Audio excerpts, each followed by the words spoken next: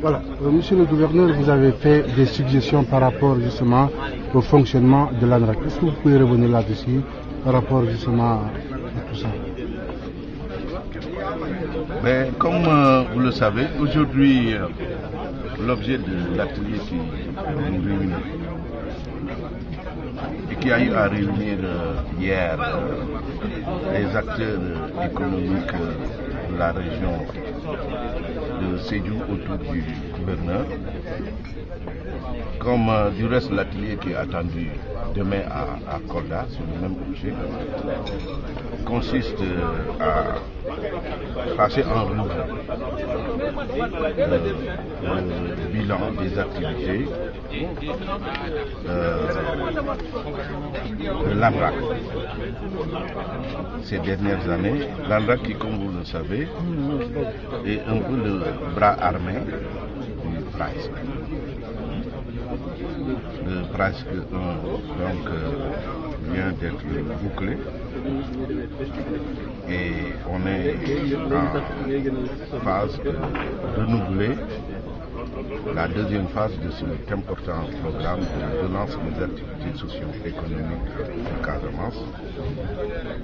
Donc phase 2, communément appelée PRAISC 2. Alors il se trouve que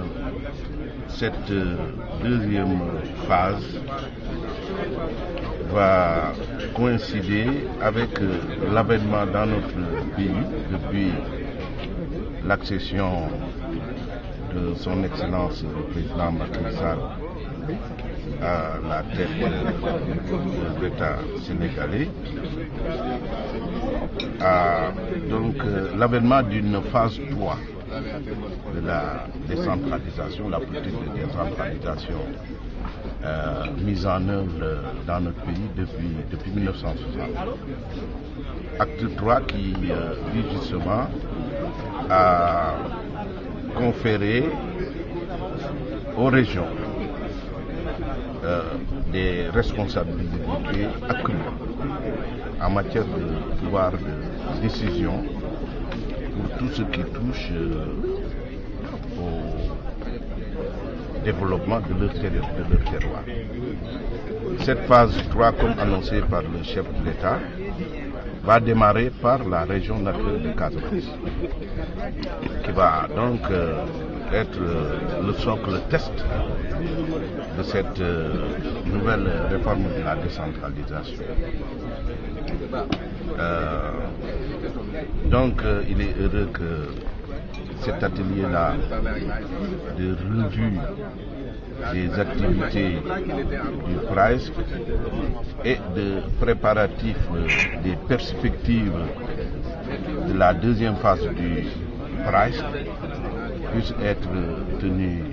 aujourd'hui ici à Ziguinchor sous l'égide de l'ANRAC, représenté ici par son directeur sur instruction du Premier ministre. Alors, nous avons procédé à une vaste revue tout à l'heure de ce bilan PRAISC 1 en ébauchant des perspectives. Lesquelles perspectives vont faire l'objet tout à l'heure de discussions et d'échanges afin de recueillir un peu l'opinion et les avis des acteurs à la base. Alors, sans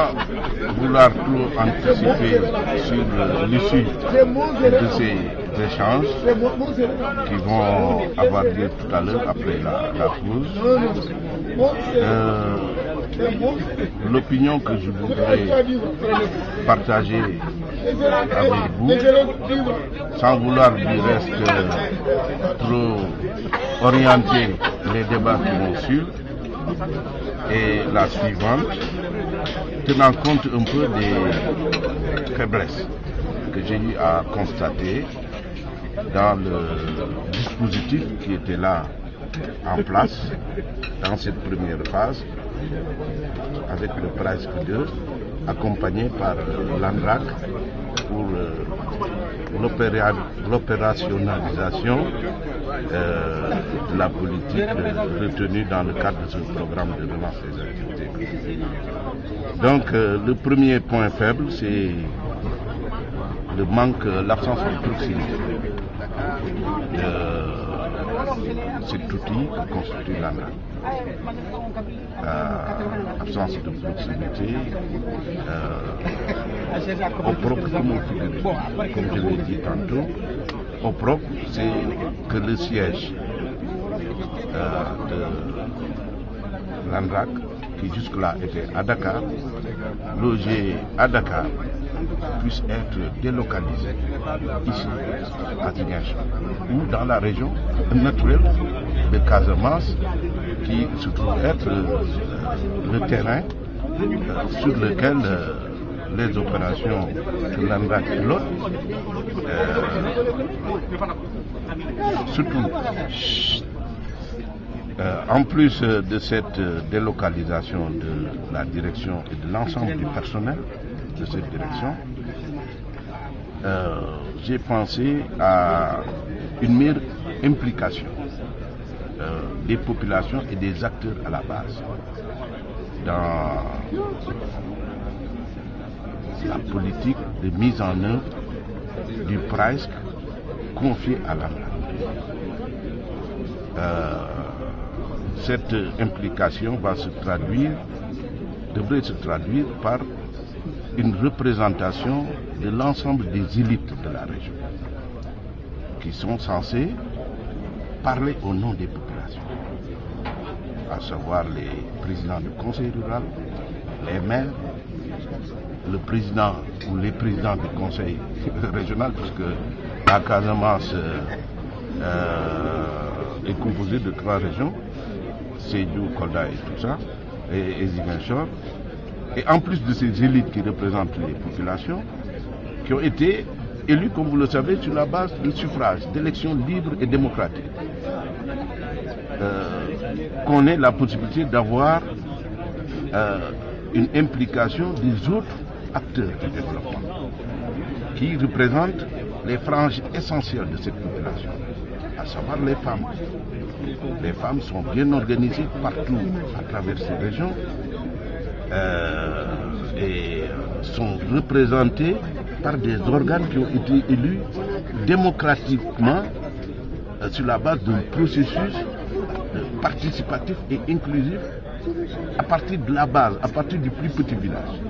C'est ainsi que, il y a moins de 2 ans, sont nés les cadres de concertation des femmes partout au niveau de ce Sénégal, et ces cadres de concertation existent au niveau de l'ensemble des régions de ce pays. Donc, il serait donc légitime et tout à fait indiqué que ces femmes-là puissent être représentées dans les organes de décision de cette structure que constitue l'ANRAC, dont le rôle est essentiel pour la mise en œuvre justement de cet important programme de relance des activités économiques et sociales de la Casamance. D'autant que au bout de tout ce qui a été confié à l'ANRAC comme mission, l'objectif visé se trouve être le retour de la paix. Et la paix ne peut pas être de retour sans une réelle appropriation de cet objectif ou de cette quête par les populations elles-mêmes. Alors c'est pourquoi j'ai pensé que, aux côtés des élus qui représentent les populations, il serait pertinent et indiqué d'inclure les femmes, comme du reste les jeunes, qui sont tout à fait organisés. Vous avez vu les mouvements Navetan, les ORCAV et tout cela représentent parfaitement les jeunes dans ce pays. Ils sont bien organisés, bien représentés et ils ont fait leur preuve depuis tout le temps. Donc il serait indiqué également qu'aux côtés des politiques que sont les élites et aux côtés des femmes, qu'on puisse avoir les jeunes pour qu'eux aussi ils aient voix au chapitre, pour qu'eux aussi ils puissent s'impliquer pour faire revenir la paix et enclencher un processus de développement durable dans cette région. Et ils ne sont pas les seuls. Il y a les organismes, des structures telles que les chambres consulaires, chambres de commerce, chambres de métier, d'autres structures qui sont représentatives d'acteurs principaux, essentiels dans la vie de cette région. Et qui, eux aussi, ont leur place et leur rôle à jouer dans toute politique de développement de cette région. À leur côté, l'État, par le canal de ces autorités déconcentrées, ont aussi leur place dans cette structure-là où vont se prendre les décisions qui vont impacter sur l'avenir de cette région. Je vous parlais des préfets, des autorités du commandement territorial, comme des autres autorités techniques qui représentent les différents ministères qui existent dans ce pays et sans lesquels on ne peut pas espérer asseoir et mener une politique de développement durable digne de ce nom. Parce que ce sont des conseillers techniques, ce sont les experts qui doivent techniquement accompagner toutes les décisions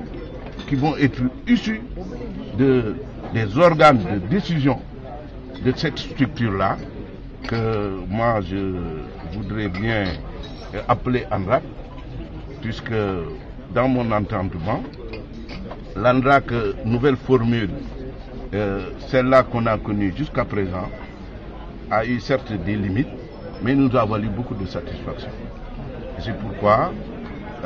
je suis d'avis qu'on puisse la maintenir, hein, mais en la réformant, en essayant autant que faire se peut de coller aux exigences d'une décentralisation plus effective afin de pouvoir avoir une réelle implication, une réelle participation de l'ensemble des populations à tout ce qui se fera désormais dans cette région. Justement, amener les populations à s'approprier cette vision du chef de l'État qui vise justement à faire revenir rapidement la paix et à booster dans les plus brefs délais le processus de développement socio-économique de cette région.